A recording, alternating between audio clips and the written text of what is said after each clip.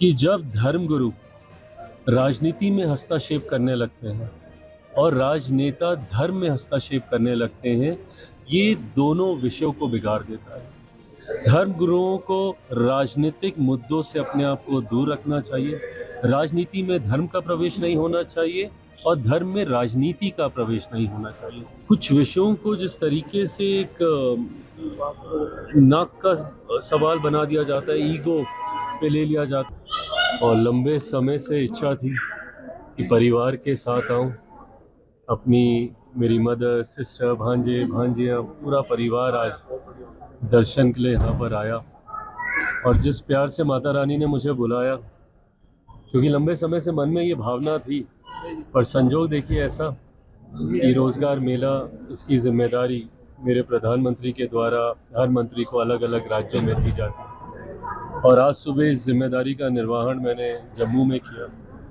BSF के द्वारा ये रोज़गार मेला आयोजित किया गया था और वहाँ पे नियुक्ति पत्र बांटने के बाद हम लोग पूरे परिवार के साथ हम लोग आए, माता रानी के दर्शन किए, उनका आशीर्वाद लिया। नए साल की शुरुआत इससे बेहतर क्या हो सकती है। सर, आने वाले 5 साल में भी आने वाले 5 साल मैं मानता हूँ कि बिहार के लिए एक स्वर्णिम काल की तरह है।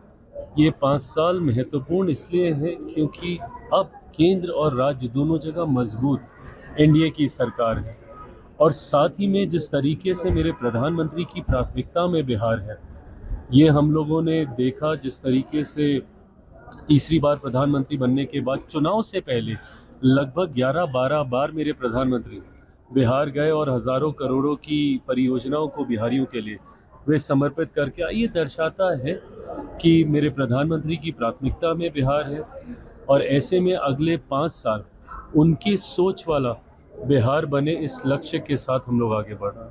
सर, आईसीसी ने बांग्लादेश को बाहर निकाल दिया है, जैसे कि बांग्लादेश प्रोटेस्ट कर रहा था, अब उसकी जगह स्कॉटलैंड को रखा गया है। कैसे देखते हैं सर इसे आप? देखिए, मुझे लगता है कुछ विषयों को जिस तरीके से एक नाक का सवाल बना दिया जाता है, ईगो पे ले लिया जाता है। बांग्लादेश का भी जिस तरीके से रवैया रहा, देखिए ये हकीकत है कि यहाँ के भी एक बड़ी आबादी की भावनाओं को वहाँ पे जिस तरीके से घटनाएं घट रही थी, वो आहत हो रही थी।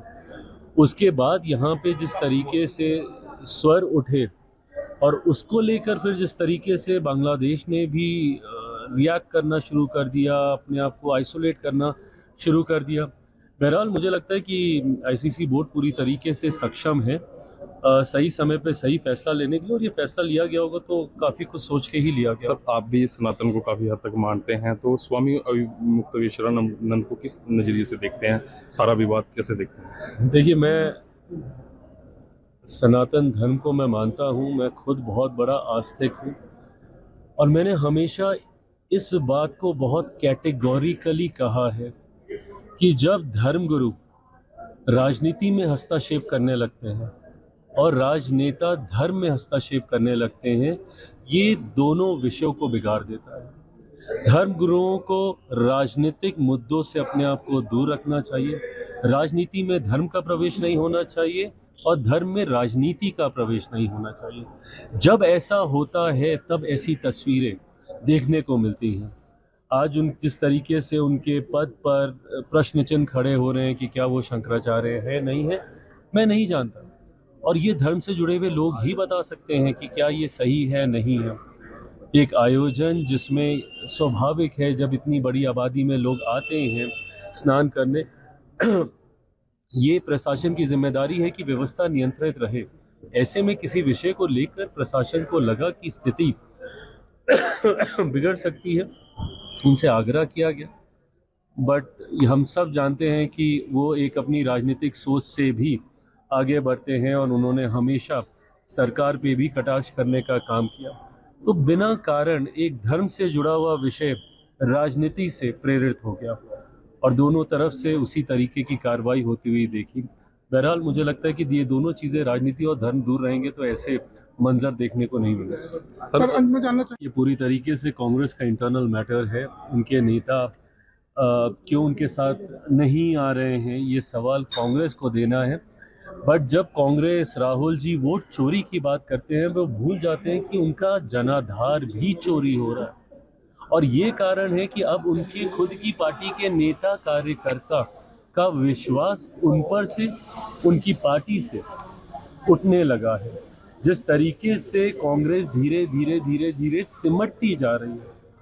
आप एक के बाद एक राज्य देखिए, बिहार में इन्होंने कम मेहनत की थी, वोट चोरी 12-15 दिन वहां पे लगा के आए राहुल जी, परिणाम क्या? ऐतिहासिक जीत।